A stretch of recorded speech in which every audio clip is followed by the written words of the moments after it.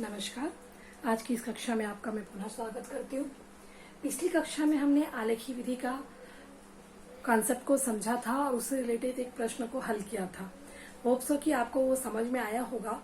और आज की कक्षा में मैं नेक्स्ट मेथड, जो कि आपके 10वीं मैंने बताया था कि पहला आलेखी ग्राफिया मतलब आलेखी विधि और दूसरा जो है प्रतिस्थापन विधि है।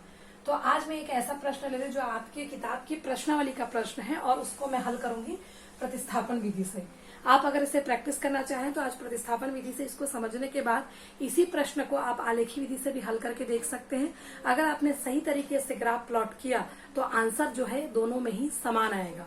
यही मैथ्स की विशेषता भी होती है कि विधि हम चाहे किसी का भी प्रयोग करें, हमारा हल जो है, उत्तर जो होता है वो हमेशा समान आता है। चलिए, प्रतिस्थापन विधि को चालू करने से पहले प्रतिस्थापन विधि क्या है, नाम से समझ में आ रहा। प्रतिस्थापन मतलब हम क्या करते हैं कि क्योंकि ये रैखिक समीकरण वाले सवाल है तो हमारे पास रैखिक समीकरण दो होते हैं, युग्म समीकरण हमें प्राप्त होते हैं।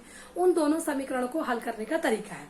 प्रतिस्थापन में क्या किया जाता है, आप दोनों में से किसी एक समीकरण का प्रयोग करके वहां से एक चर का मान निकालिए, फिर उस चर के मान को दूसरे समीकरण में रखेंगे और वहां से हल करके हमको दूसरा जो मान है वो प्राप्त होता है। किस प्रकार होता है, जब हम इस प्रश्न को हल करेंगे तो आपको ज्यादा अच्छे समझ में आएगा। चलिए, पहले तो हमें समीकरण बनाना पड़ेगा क्योंकि जो प्रश्न हमने लिया है वो एक इबारती प्रश्न है जिसमें जो है पहले समीकरण बना हुआ नहीं, हमें बनाना पड़ेगा।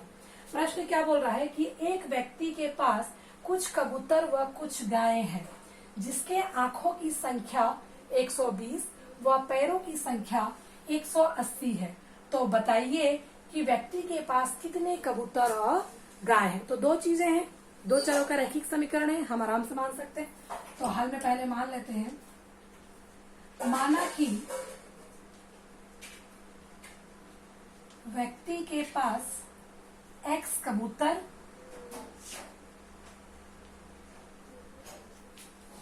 व y गाय है। अब प्रश्न क्या बोल रहा है कि कुछ कबूतर और गाय है जिसके आंखों की संख्या, तो भाई कबूतर की आंखें कितनी होती हैं, 2 होती है। गाय की आंखें कितनी होती, 2 होती है। तो अगर x कबूतर है तो 2 आंखें होंगी तो 2x हो गए। हर कबूतर की 2 आंखें हैं, प्लस y गाय है तो इसकी भी 2 आंखें होंगी। तो इन दोनों को मिला के मतलब दोनों की जो टोटल आंखें हैं वो बोल रहा है कि 120 है। ये 120 एक सम संख्या है, 2y भी एक सम संख्या है, 2x भी एक सम संख्या है। तो हम इसको सरलतम रूप में लाने का प्रयास करते हैं। दोनों में से हमारा 2 अभिनिष्ट निकल सकता है। मैंने 2 अभिनिष्ट निकाला तो यहाँ बचा x धन y बराबर 120।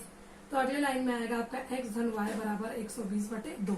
तो 2 एकम 2, 2 छक्के 12, 2 शून्य शून्य अर्थात 60। तो आपको समीकरण क्या मिला, x धन y बराबर 60। इसको हम मान लेते हैं समीकरण नंबर 1। ठीक है। कुछ और भी मेंशन किया प्रश्न में, क्या कि इनके पैरों की संख्या 180 है। चलिए पुनः प्रश्नानुसार, पैरों की संख्या, तो कबूतर x है तो उसके प्रत्येक के 2 पैर होते हैं, धन गाय y है, एक गाय के 4 पैर होते हैं तो ये 4 y। सबको मिला के बोल रहा है कि कितना होता है, 180। फिर वही स्थिति है, प्रत्येक पद समपद है, हम चाहे तो इसको उभयनिष्ठ निकाल के सरल कर सकते हैं। यहाँ से 2 हमने निकाला तो आया x धन 2y बराबर 180।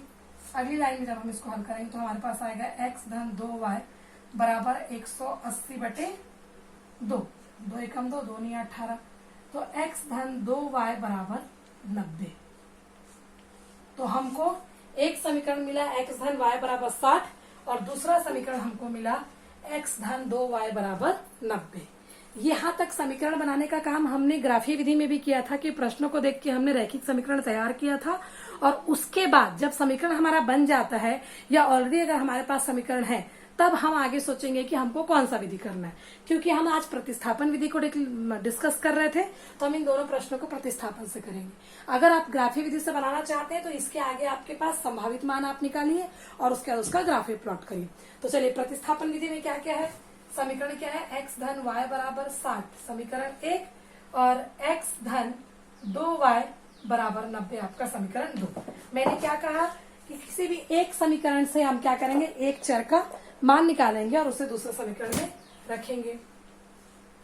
चलिए, समीकरण 1 से क्या कर रहे हैं, x धन y बराबर 60। तो मैं अगर x का मान यहां से निकालना चाहूं तो 60 हरी y। आप अगर चाहे तो y का भी मान निकाल सकते, कोई बाध्यता नहीं है। तो x बराबर 60y के मान को समीकरण 2 में रखने पर, तो समीकरण 2 में क्या रखेंगे? समीकरण 2 था x धन y बराबर 90। x का मान क्या रखा हमने? 60 ऋण y धन 2y बराबर 90। 2y में से 1y, धन ऋण तो घटेगा, 2y में से 1y घटा y, बड़ी संख्या के सामने धन का चिन्ह है तो धन, तो ये आपका आया y। 60 धन y बराबर 90, तो y बराबर कितना आएगा? 90 ऋण 60, पक्षांतर करेंगे तो उधर जाके ऋण हो जाएगा, तो y बराबर आपको मिल गया 30। तो अर्थात गायों की संख्या क्या होगी? 30।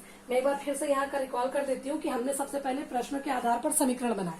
समीकरण में क्या बोला था कि कुछ कबूतर और गाय है, गाय और कबूतर की आंखों की संख्या 120 है, तो क्योंकि दोनों की ही आंखें 2-2 होती हैं, तो 2x धन 2y बराबर 120 हुआ। दोनों में 2 बेनिश निकाला जा सकता था, निकाला, पक्षांतर किया तो अपने पास आया 60, तो x धन y बराबर 60 एक समीकरण हो गया। दूसरे समीकरण में उसने बात पैरों की थी, पैरों की संख्या में अंतर आता है क्योंकि पक्षी के 2 पैर और पशु के आपके 4 पैर हैं, तो यहाँ पे पक्षी के आगे हमने 2 और गाय के आगे हमने 4 कर दिया। यहाँ से भी आपका 2 भेनिश निकल सकता था, हमने निकाला, हल किया तो हमको x धन 2y बराबर 90 मिला। इस प्रकार से हमको समीकरण 2 समीकरण प्राप्त हुए, x धन y बराबर 60 और x धन 2y बराबर 90। प्रतिस्थापन विधि में क्या करना है? हमको दोनों में से किसी भी एक समीकरण को पकड़ना है। हमने पहले वाले को पकड़ लिया और वहां से किसी भी एक चर का मान निकालना। मैंने x का निकाल लिया, अगर आप चाहो तो y का निकाल सकते हो। x का मान निकाला तो मुझे 60 ऋण y मिला। अब इस मान को उठा के मैं दूसरा समीकरण, जिसे मैंने कुछ भी नहीं किया था, उसमें मैंने मान रख दिया, x की जगह 60 ऋण y धन 2y बराबर 90। 2y में से 1y घटाया, आपके पास धन y आया। 60 को मैंने उस तरह पक्षांतर किया तो 90 ऋण 60, 90 में से 60 घटाया, कितना आ गया? 30। तो मुझे कबूतर की गायों की संख्या जो है वो 30 मिल गई। मैं इसको मिटा देती हूँ, आगे का मैं इधर कर दूं। अब मुझे क्या करना है कि अभी तो मुझे y का मान मिला, x का ही मान निकालना है। तो x बराबर हमने क्या रखा था? x बराबर 60 ऋण y में y का मान रखने पर, तो रखिए 60 ऋण y कितना था आपका?